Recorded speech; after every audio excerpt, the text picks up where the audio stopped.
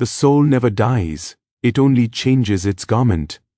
What you call death is but a quiet transition, like the setting of the sun that seems to disappear from your sight, yet continues to shine elsewhere. You grieve because the form is no longer visible, because the voice no longer echoes in familiar rooms, because the hands you once held have grown still. But I tell you, life itself has not ceased.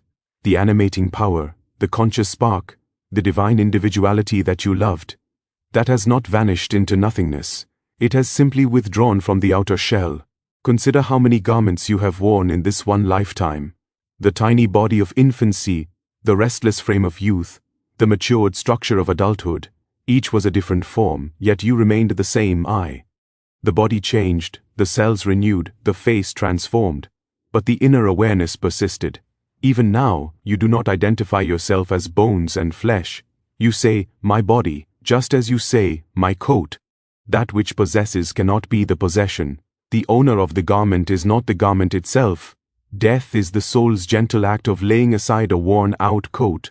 When the body becomes too frail, too burdened by disease or age, the life force withdraws. It is not an ending but a release. The soul steps out, as a bird released from a cage whose bars have grown weak. For a moment, those left behind see only the still cage and cry, the bird is gone, but the bird is free, flying into subtler skies. The fear of death arises because consciousness has been bound too tightly to the senses. You trust only what the eyes can see, what the ears can hear, what the hands can touch. Yet even in dreams, you experience worlds without the physical body. You run, you speak, you feel joy and sorrow, all while your physical form lies motionless on the bed. If consciousness can operate without the waking body in sleep, why doubt its ability to continue when the body is permanently laid aside?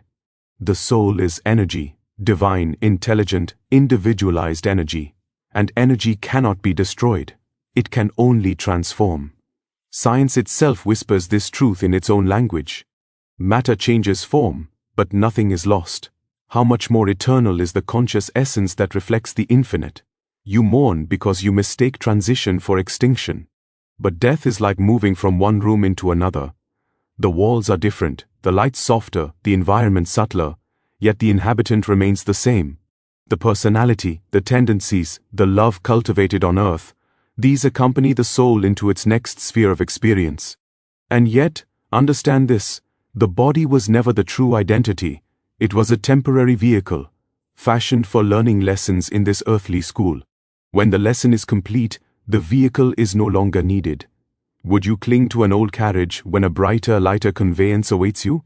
Would you insist that a butterfly remain forever a caterpillar because you are attached to its former shape? The divine drama of existence unfolds in cycles: birth, growth, decline, renewal.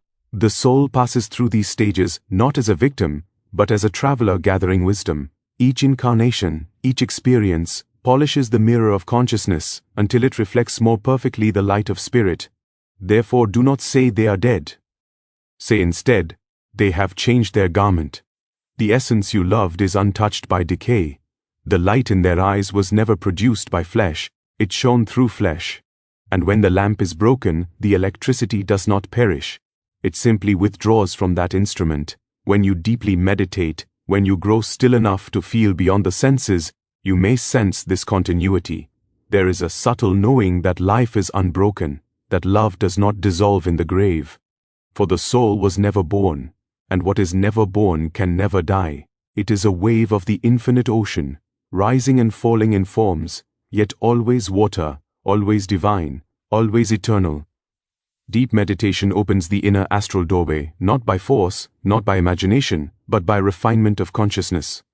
The doorway is not somewhere in the sky, nor hidden in a distant galaxy. It exists within you, behind the restless activity of thought and the ceaseless pull of the senses.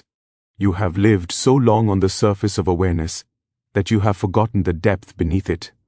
Meditation is the sacred descent into that depth, where the visible world grows faint and the subtle realms begin to shimmer into perception.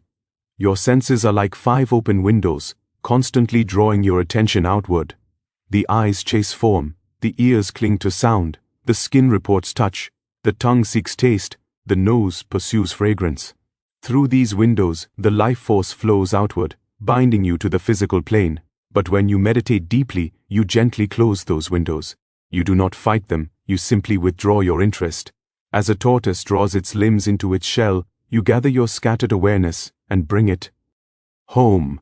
At first, you encounter the turbulence of your own mind. Thoughts rush like winds across the surface of a lake. Memories, plans, emotions, unfinished conversations. They arise one after another, demanding attention. Many become discouraged at this stage, believing they are failing. But this is not failure, it is revelation. You are seeing, perhaps for the first time, the machinery that has been running unnoticed for years. Continue patiently. Watch the thoughts without attachment. Let them pass as clouds drifting across the vast sky of your awareness. Gradually, the breath begins to calm. The body grows still. The heartbeat softens. There comes a moment when the breath is so gentle it feels almost suspended, as though the body is breathing itself without your effort. In that sacred quietude, something remarkable happens. Your identity begins to loosen from the physical form. You no longer feel confined to muscles and bones. Awareness becomes expansive, luminous, centered not in the flesh but in pure presence. This is the threshold of the astral doorway. The astral realm is a world of vibration, light and subtle energy. It interpenetrates the physical universe, just as radio waves fill the air around you. You do not see those waves with your eyes, yet they carry voices and music across great distances. Similarly, the astral dimension surrounds and permeates the physical world, but it is perceptible only when your consciousness is tuned to its frequency. Deep meditation is that tuning process. When the life force withdraws from the senses and concentrates along the spine and brain, especially at the point between the eyebrows, perception begins to shift. You may experience inner light. Perhaps a soft glow, perhaps radiant colors, perhaps a brilliant star-like vision. You may hear subtle inner sounds, like distant bells or the hum of cosmic vibration. These are not hallucinations. They are glimpses of subtler realities perceived when awareness is freed from its bodily anchor. Fear sometimes arises at this stage because the ego senses it is losing control. The familiar reference points of the body and environment fade, and the mind wonders, what is happening to me? But nothing harmful is occurring. You are not dissolving into nothingness. You are expanding into a greater dimension of yourself. The astral doorway does not lead away from you. It leads deeper into your true nature. As meditation deepens further, you may feel as though you are floating, or moving without motion, or resting in a vast field of peace. Time seems to lose its grip. Minutes feel like seconds, or hours pass unnoticed. In this state, communication is no longer dependent on spoken language.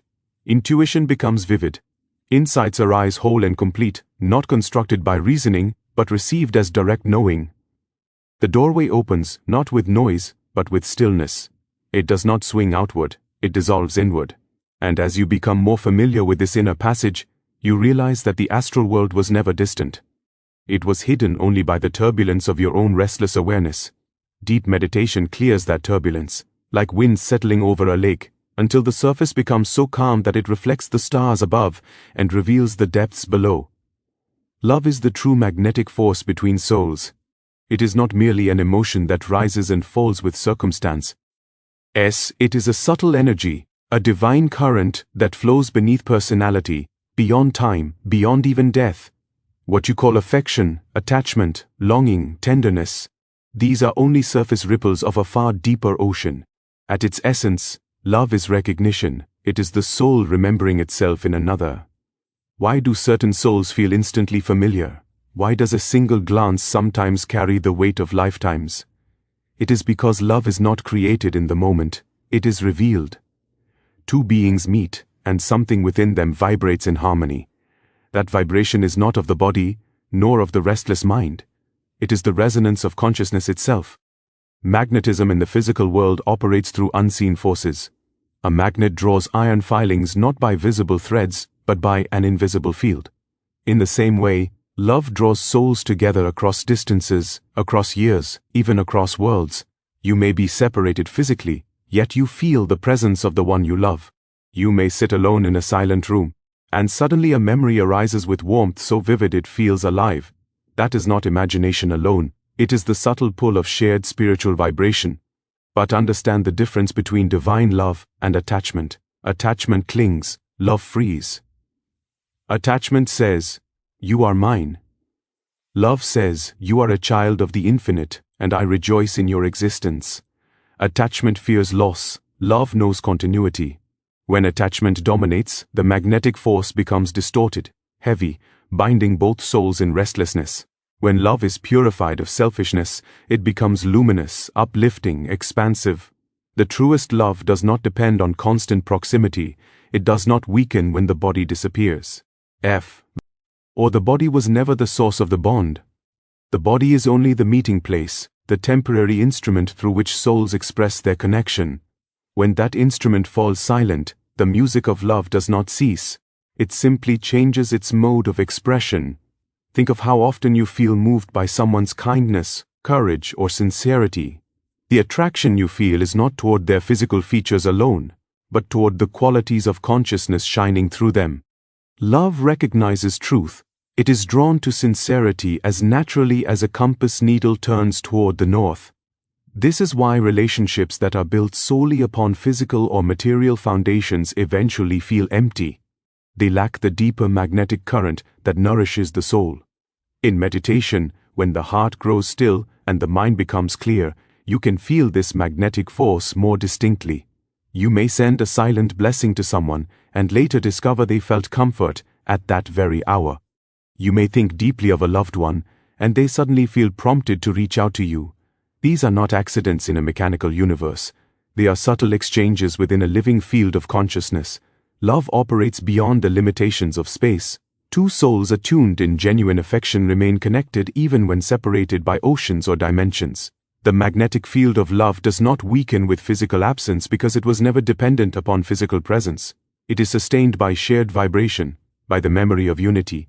At its highest level, love is the soul's longing for the infinite. Every human love is a reflection of that greater attraction. When you love another deeply, you are responding to the divineness spark within them. You are drawn not merely to their individuality, but to the eternal shining through their individuality. And as your love becomes more selfless, more expansive, it begins to include not just one or a few, but all beings. In that expansion, you discover something wondrous. The magnetic force you once felt toward a single soul is part of a universal current. Love is the law that binds creation together.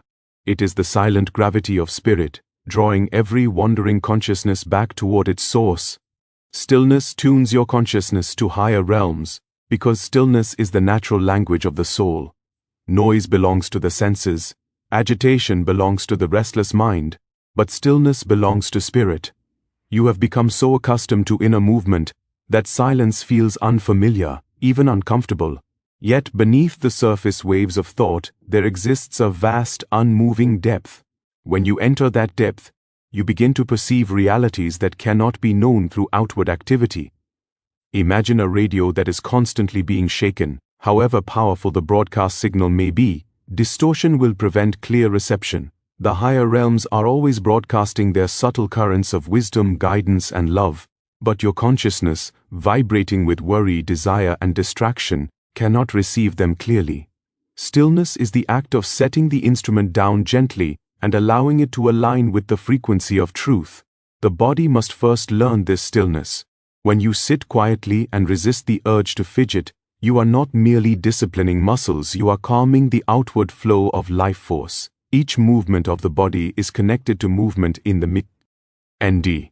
When the limbs are restless, thoughts follow. As the body grows steady, the breath begins to soften. And as the breath becomes calm and rhythmic, the mind gradually follows its example. Breath is the bridge between body and consciousness. When you are angry, it becomes sharp and rapid. When you are afraid, it trembles. When you are peaceful, it flows gently. In deep stillness, the breath grows so refined that it seems almost to disappear. In that sacred pause, awareness detaches from its identification with flesh and sensation. You no longer feel confined to the weight of the body. Instead, you experience yourself as presence, luminous, centered, expansive. It is in this interior quiet that higher perception awakens. The senses report only the material world, but intuition belongs to a subtler faculty. Intuition is not imagination, nor is it reasoning. It is direct knowing, a perception that arises whole without the steps of logic. But intuition cannot be heard above the clamor of mental noise. Just as stars are invisible in daylight yet brilliant at night, higher truths shine forth only when the glare of restless thought subsides. Stillness is not emptiness, it is fullness without agitation. Many fear silence because they equate it with absence. They seek constant stimulation to avoid confronting the void they imagine lies within. But when you courageously enter true inner stillness, you discover that it is alive, vibrant with subtle awareness. It hums with quiet joy. It radiates a gentle certainty that does not depend on outer validation. In this state, your consciousness begins to attune to finer vibrations. You may perceive inner light behind closed eyes, as soft glow or radiant brilliance. You may hear subtle sounds, like a distant hum or celestial resonance. You may feel waves of peace descending without apparent cause.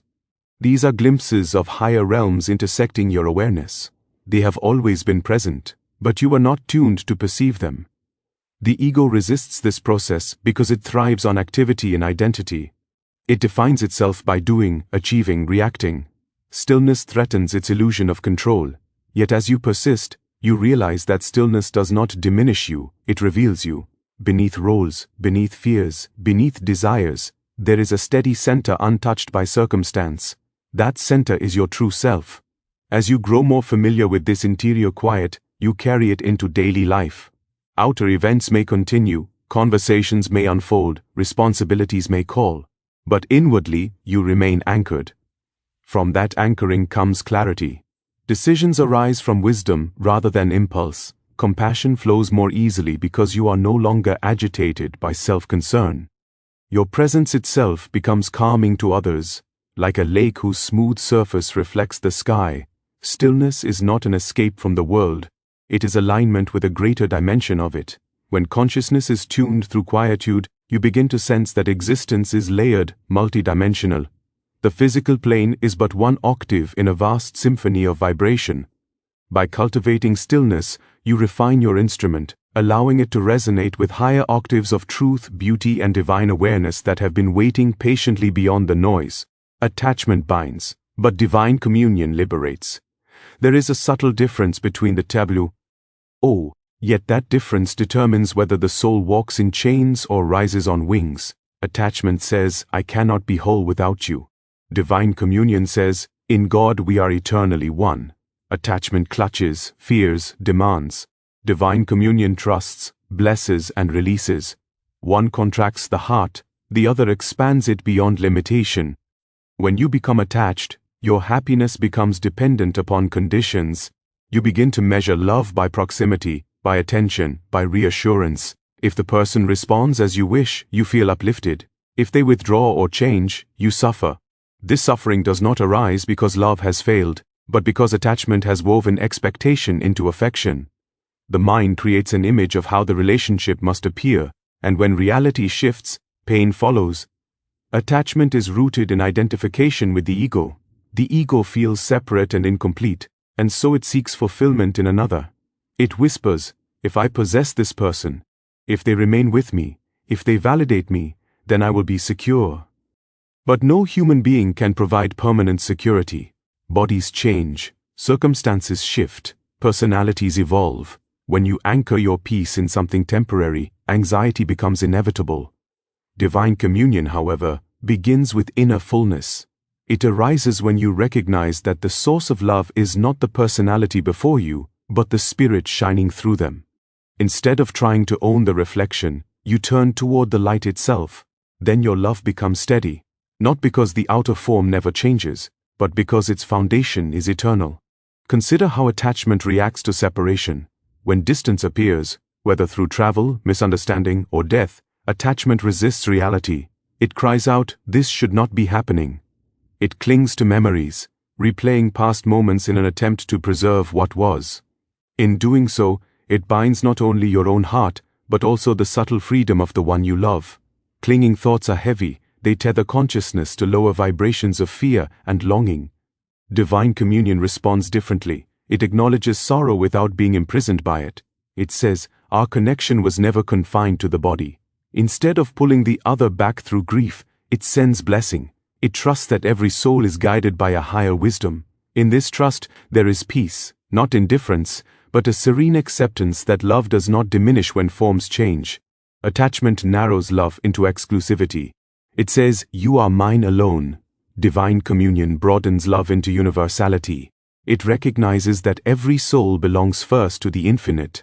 When you see another as a child of God rather than as your possession, reverence replaces control.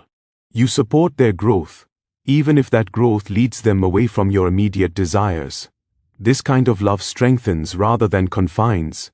There is also attachment to roles and identities. You may cling to being needed, to being admired, to being central in someone's life. When that role shifts, you feel diminished. But divine communion rests in something deeper than role. It is the silent recognition of shared spiritual essence. In that recognition, you do not fear change, because the essence remains untouched. In meditation, when you withdraw your attention from outward forms and rest in the still presence within, you taste this freedom. You experience love without object, a gentle radiance that does not depend on any single person. From that state, you can return to your relationships with greater purity. You love more deeply, yet with less fear. You care more sincerely, yet without the urge to control. Attachment tightens the fist around love until it suffocates. Divine communion opens the hand and allows love to breathe. One says, stay as I need you to be. The other says, may you become all that you are meant to be. In this openness, the soul is no longer bound by insecurity. It stands rooted in the infinite, sharing love freely, knowing that true union is not enforced by possession, but sustained by spiritual oneness.